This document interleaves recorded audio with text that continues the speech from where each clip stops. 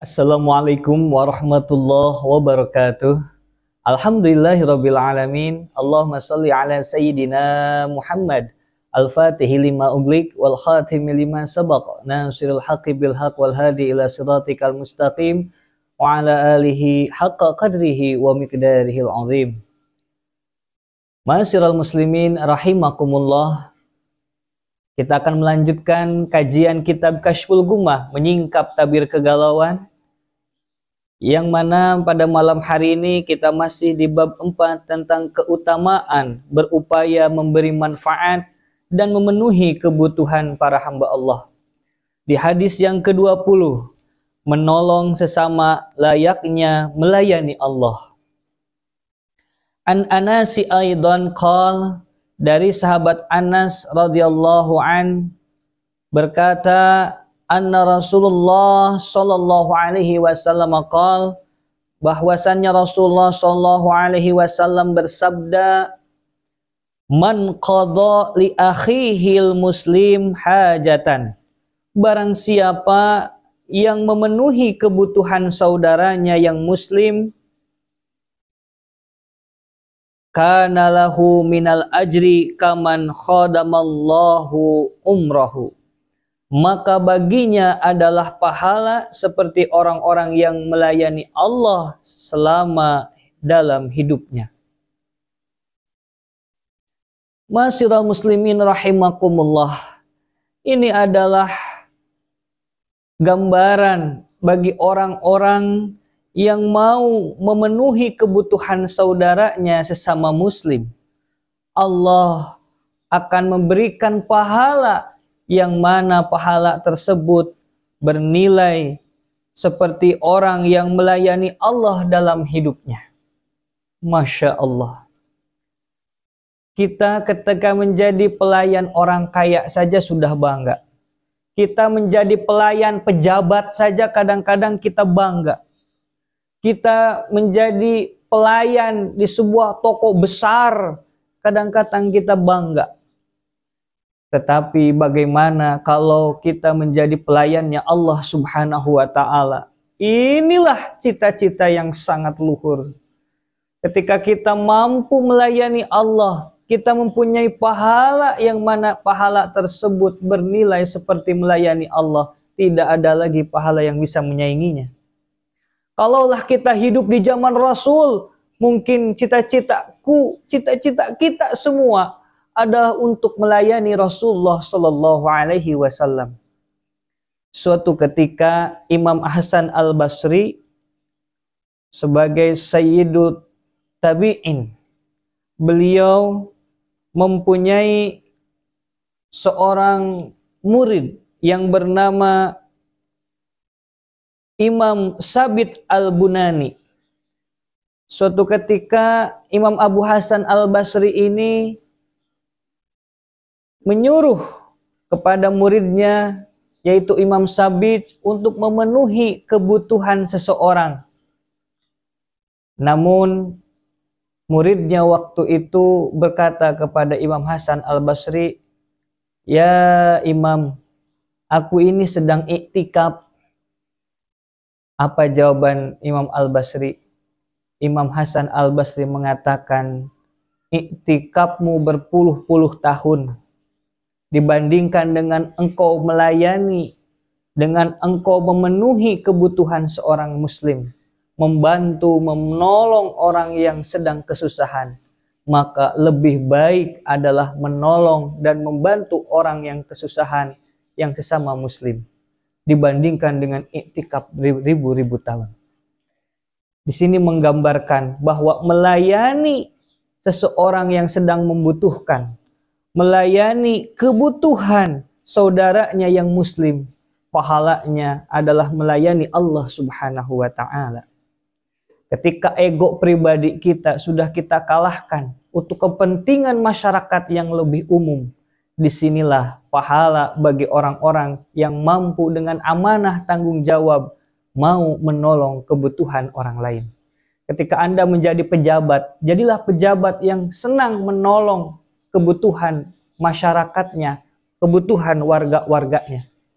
Ketika Anda mempunyai jabatan apapun, jadikan jabatan Anda adalah cara dan alat dari Allah Subhanahu wa taala untuk memenuhi kebutuhan masyarakat, untuk mensejahterakan masyarakatnya, dan untuk menolong orang-orang yang membutuhkan. Ketika kita diberikan ilmu oleh Allah, jadikan ilmu itu untuk menerangi orang lain. Ketika kita diberikan harta oleh Allah, jadikan harta itu sebagai alat untuk menolong orang lain. Maka apapun yang kita punya, sebetulnya itu adalah dari Allah Subhanahu wa ta'ala. Ketika kita mampu memaksimalkan, memanfaatkan khairun nas anfa'uhum linnas, bahwa sebaik-baiknya manusia adalah yang paling bermanfaat untuk orang lain. Jujur, kalaulah kita hidup di zaman Rasulullah, cita-cita yang paling agung adalah menjadi pelayannya Rasulullah Shallallahu Alaihi Wasallam. Kita ingat banyak sekali sahabat-sahabat Nabi yang menjadi pelayannya Rasulullah, dan termasuk sahabat-sahabat yang beruntung yang sudah dijaminkan surga oleh Allah Subhanahu Wa Taala. Kita tahu sahabat Anas bin Malik, seorang sahabat yang selalu melayani segala kebutuhan Rasulullah Shallallahu Alaihi Wasallam. Ada Abdullah bin Mas'ud, yang mana Abdullah bin Mas'ud ini yang selalu siap sedia menyediakan sendal dan siwaknya Nabi Muhammad Shallallahu Alaihi Wasallam. Ada juga sahabat Uqbah bin Amir al-Juhani, yang mana beliau orang yang paling setia melayani Rasulullah, menuntun bighal, menuntun kedelai. Ketika Rasulullah bepergian kemanapun, maka yang menuntunnya adalah Uqbah bin Amir al-Juhani. Ada juga Asla bin Syarik, yang mana beliau melayani Rasulullah dengan mengurus hewan kendaraan Nabi. Setiap hewan kendaraan yang dipakai oleh Nabi, yang ngasih makan, yang ngambil rumput adalah Asla bin Syarik. Ada juga sahabat Bilal bin Rabah dan sahabat Abu Bakar As-Siddiq, yang mana beliau, kedua orang ini melayani azan di masjid, dan juga beliau menjadi orang yang membersihkan, marbot lah kalau zaman sekarang. Orang yang senang bersih-bersih di masjid. Ini penting sekali ya. Marbot masjid ini sebanding dengan Abu Bakar As-Siddiq dan Bilal bin Rabah. Orang yang paling pertama masuk ke masjid untuk azan, luar biasa. Sebelum Allah memanggil kita sudah berada di masjid. Ini adalah tanda-tanda yang akan mendapatkan kemuliaan dari Allah Subhanahu wa taala. Ada juga Ummu Aiman, yang selalu melayani Rasulullah untuk menuangkan air wudhu dan bersuci dari hajat. Ada juga Rabbah al-Aswad, sebagai pengawal, asistennya Rasulullah SAW. Dikawal Rasulullah. Kalau zaman sekarang yang ngawal ulama ada banser.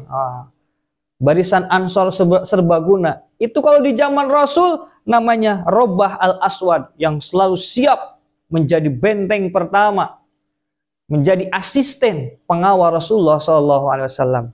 Ada juga Abu Musa al-As'ari yang menjadi satpamnya Rasulullah SAW. Ada juga sahabat Nabi Ad-Dahak, yang mana Ad-Dahak ini yang biasa ngurus pedangnya Nabi. Nah, ini pandainya lah ya, yang biasa menajamkan pisaunya Kangjeng Nabi, menajamkan busur panahnya, menajamkan pedang-pedangnya Kangjeng Nabi untuk berperang. Yang merawat itu semua adalah Ad-Dahak. Begitu pula ada Zur bin Abizar al-Ghifari, termasuk dengan Abizar al-Ghifari itu melayani Rasulullah untuk memerah susu unta. Jadi banyak sekali sahabat-sahabat Rasulullah SAW yang mana beliau semasa hidupnya menjadi pelayan Rasulullah SAW. Dan mudah-mudahan ketika kita saat ini menjadi umatnya Kangjeng Nabi Muhammad SAW, mampu menjadi pelayan umat. Ketika kita mampu menjadi pelayan umat, kita terbiasa mengumpulkan orang, mengajak orang untuk mengingat Allah, untuk berzikir. Kita akan termasuk orang-orang yang melayani Allah sepanjang hidupnya, semasa hidupnya, seumur hidup kita menjadi pelayannya Allah, menjadi pelayannya umatnya Rasulullah SAW, dan mudah-mudahan kita termasuk orang-orang yang didahulukan oleh Allah, dicintai oleh Rasulullah SAW, menjadi penghuni surganya Allah kelak nanti. Amin ya Allah ya Rabbal Alamin. Wal afu minkum wallahu a'lam bisawab. Wallahul muwaffiq ila aqwamit thariq. Wassalamualaikum warahmatullahi wabarakatuh.